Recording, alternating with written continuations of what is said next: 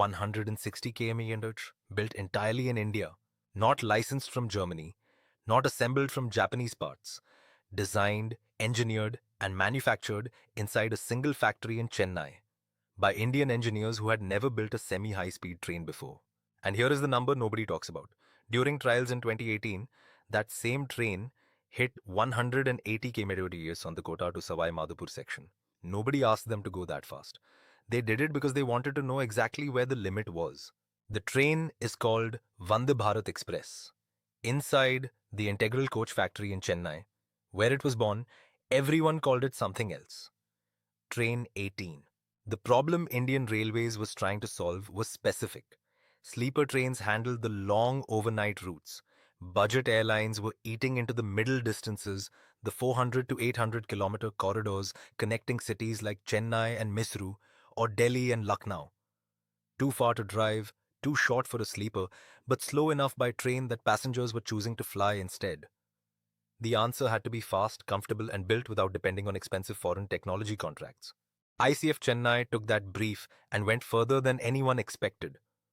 The Vande Bharat runs on 1,676 mm broad gauge track, drawing power from 25 kV overhead electrification. Its motors are spread across multiple axles rather than concentrated in a single locomotive at the front. That distributed traction system is what gives it rapid acceleration, which is what makes 160 kilometers per hour practically useful rather than just a number on a specification sheet. February 15, 2019. The Vande Bharat entered commercial service on the New Delhi to Varanasi route. On that corridor alone, it cut journey time by roughly 15% compared to existing services.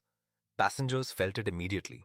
By 2026, the fleet had grown to over 82 trains, running across 79 lines, from the northeast to the deep south. South Central Railway was reporting occupancy above 110%. Demand has consistently outrun supply on every new route. But here is the honest part of this story.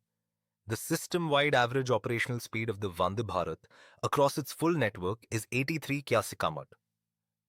A train built for 160 km/h, averaging 83. That gap is not an engineering failure. It is a track infrastructure story. Shared corridors, signal constraints, legacy track conditions, and freight traffic all drag the average down. The train is capable of far more than the network currently allows.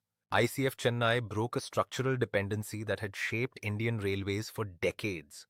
When something goes wrong with the Vande Bharat coach today, the people who fix it are institutionally the same people who built it. That matters across 79 lines in wildly different climatic and geographic conditions.